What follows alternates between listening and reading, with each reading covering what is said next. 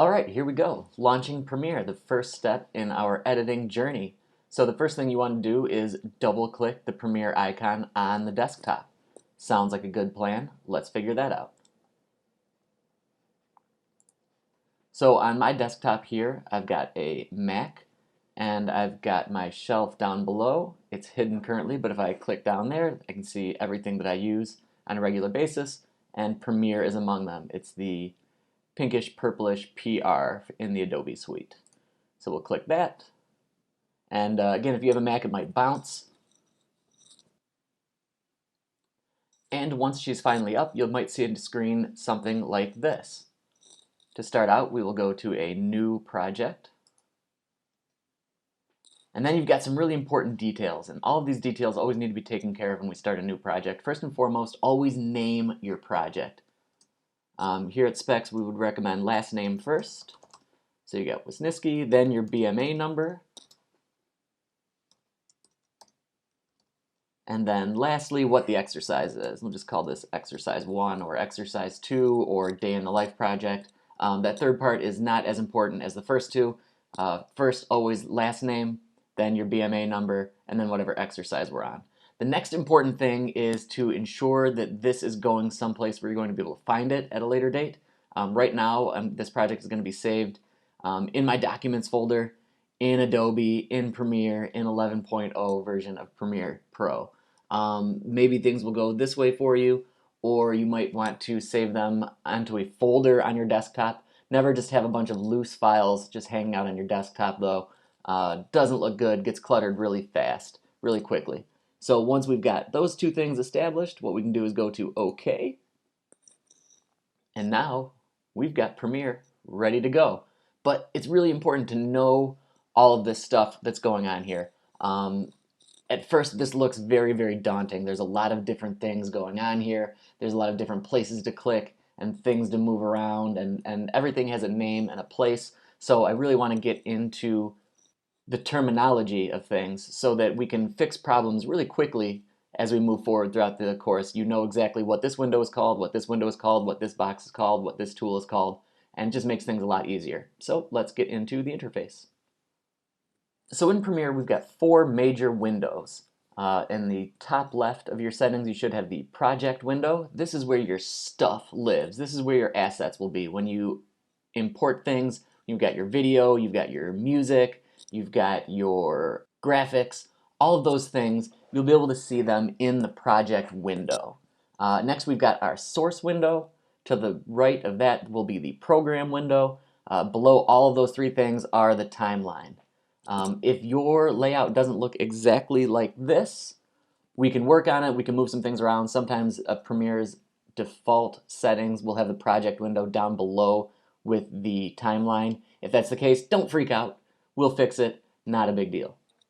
So once again, your project window, it allows you to manage all the footage, all the clips, all the music, all the everything. That's where all of your stuff lives. For the most part, I would like that window to be in the top left, but sometimes in Adobe's default tools, it'll be at the bottom.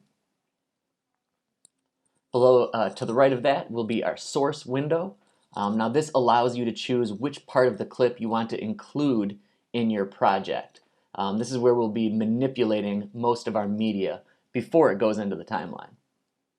After that, again, we've got our program window. It allows you to watch what you've built in your timeline so far. So we're going to put all of our media into the timeline, and then to be able to actually watch it and see what it would be like if it went to broadcast or set up on the internet.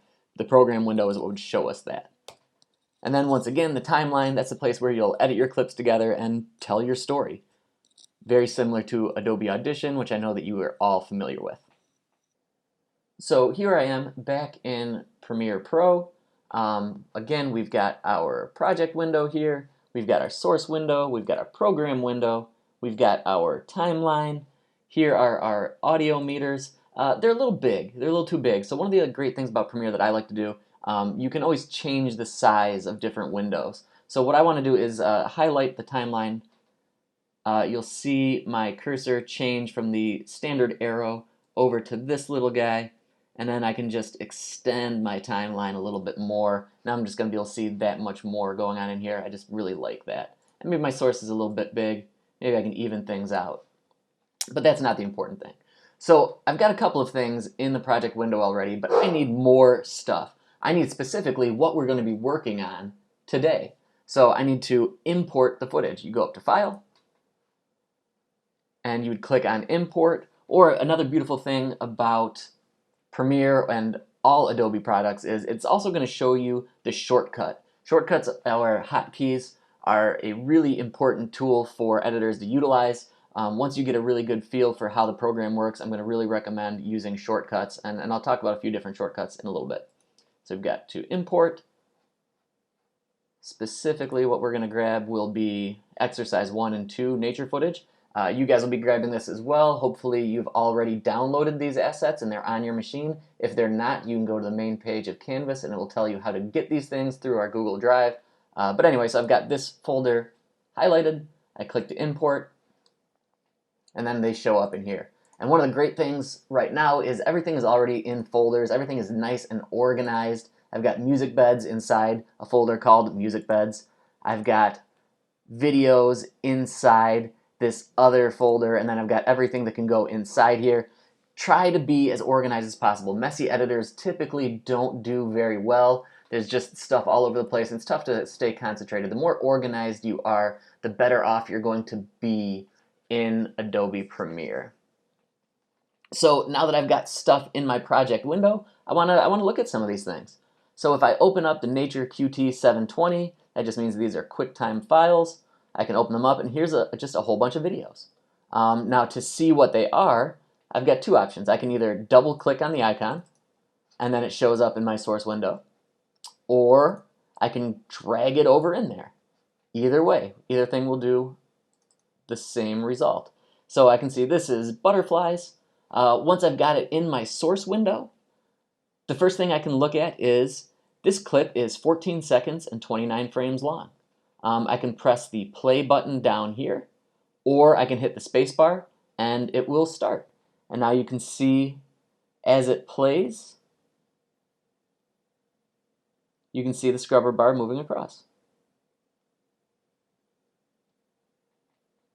And as we've watched this clip in its entirety, we just saw that there's not a whole heck of a lot going on in this clip.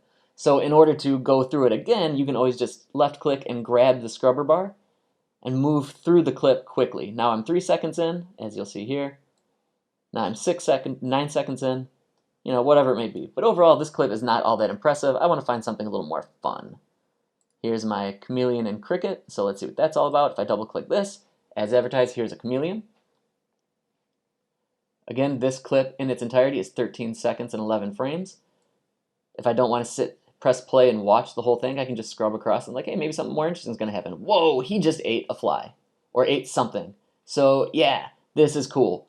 But I don't need all this area, right? I just need the most exciting parts.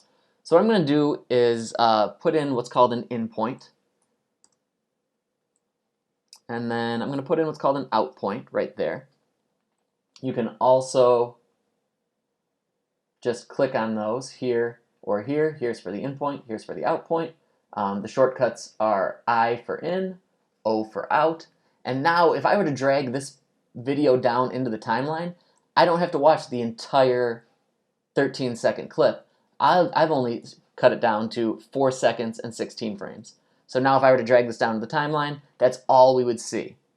So let's do that. Let's drag this down. If I grab this here, we'll put it down in the timeline.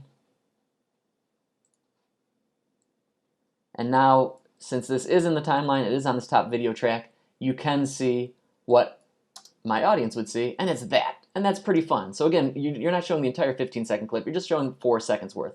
Last semester when you guys were shooting all that video, shooting all that great stuff, all of your shots were probably 10 to 15 seconds long, maybe longer. But you have to know, nobody's going to sit and watch that.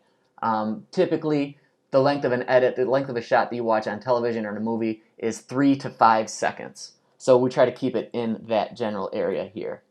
And that's what we've done there. Just as a reminder, let's see that again. Let's see some deer grazing. That's fun. Here you'll see this clip is 11 seconds long, but it's really only good here. So I like this, so I'm going to put my in point in here.